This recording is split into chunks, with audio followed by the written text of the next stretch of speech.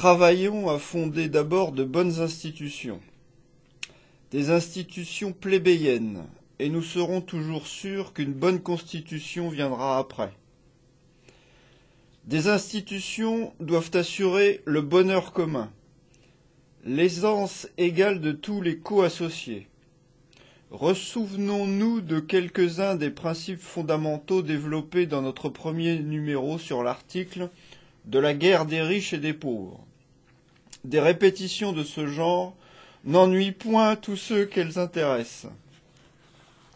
Nous avons posé que l'égalité parfaite est de droit primitif, que le pacte social, loin de porter atteinte à ce droit naturel, ne doit que donner à chaque individu la garantie que ce droit ne sera jamais violé, que dès lors il ne devrait y avoir jamais eu d'institution qui favorisasse l'inégalité, la cupidité, qui permisse que le nécessaire des uns pût être envahi pour former un superflu aux autres.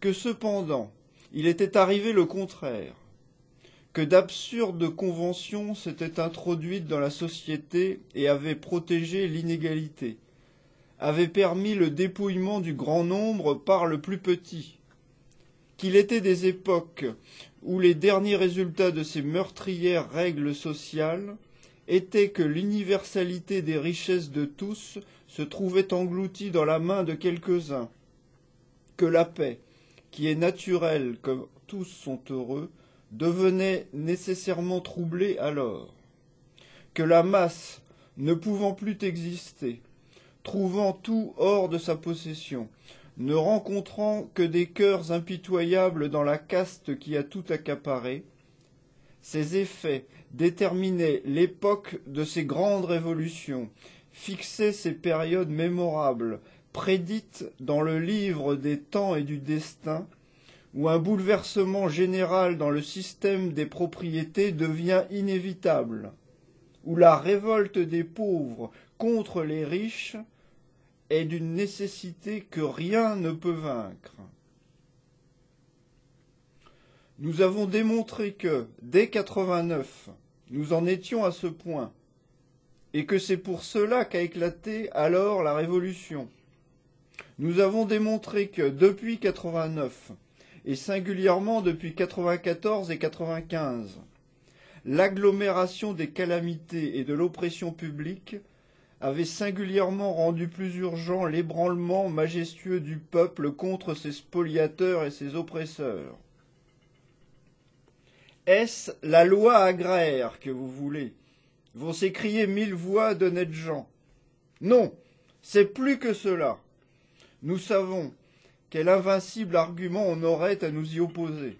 On nous dirait, avec raison, que la loi agraire ne peut durer qu'un jour, que, dès le lendemain de son établissement, l'inégalité se remontrerait. Les tribuns de la France, qui nous ont précédés, ont mieux conçu le vrai système du bonheur social. Ils ont senti qu'il ne pouvait résider que dans les institutions capables d'assurer et de maintenir inaltérablement l'égalité de fait.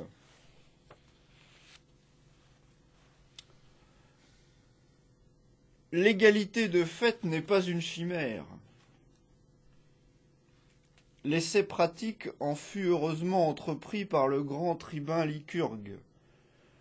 On sait comment il était parvenu à instituer ce système admirable, où les charges et les avantages de la société étaient également répartis, où la suffisance était le partage imperdable de tous, et où personne ne pouvait atteindre le superflu. Tous les moralistes de bonne foi reconnurent ce grand principe et cherchèrent à le consacrer. Ceux qui l'énoncèrent plus clairement furent, à mon avis, les hommes les plus estimables et les plus distingués tribuns. Le juif Jésus-Christ ne mérite que médiocrement ce titre, pour avoir trop obscurément exprimé la maxime « Aime ton frère comme toi-même », a-t-il dit. Cela insinue bien, mais cela ne dit pas assez explicitement que la première de toutes les lois est qu'aucun homme ne peut légitimement prétendre que nul de ses semblables soit moins heureux que lui. Jean-Jacques a mieux précisé ce même principe quand il a écrit « Pour que l'état social soit perfectionné, il faut que chacun ait assez et qu'aucun n'ait trop. » Ce court passage est à mon sens l'élixir du contrat social. Son auteur l'a rendu aussi intelligible qu'il le pouvait faire au temps où il l'écrivait, et peu de mots suffit à qui sait entendre. Écoutez Diderot, il ne vous laissera pas plus d'équivoque sur le secret du véritable et seul système de sociabilité conforme à la justice. Discourez tant qu'il vous plaît, dit-il, sur la meilleure forme de gouvernement. Vous n'aurez rien fait tant que vous n'aurez pas détruit les germes de la cupidité et de l'ambition.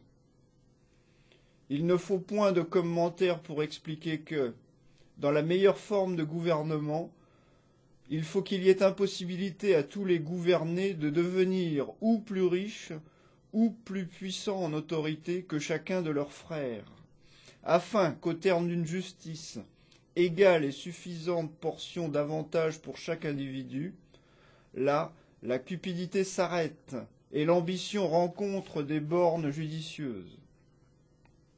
Robespierre va aussi vous dire que telles sont les bases de tout pacte fondé sur l'équité, sur les droits primitifs ou de la nature. Le but de la société, dit-il dans sa déclaration des droits, est le bonheur commun, c'est-à-dire, évidemment, le bonheur égal de tous les individus qui naissent égaux en droit et en besoin. Et plus loin, cette autre maxime de morale éternelle, ne fais point à autrui ce que tu ne voudrais pas qu'on te fît à toi, c'est-à-dire, fais aux autres tout ce que tu voudrais qu'on te fît à toi. Et n'était-ce pas, armé de la plus souveraine raison, que Saint-Just, lorsqu'on paraissait vouloir contester ces vérités incontestables, venait leur donner une double égide, en vous adressant ces paroles remarquables à vous, sans culottes toujours opprimés. Les malheureux sont les puissances de la terre.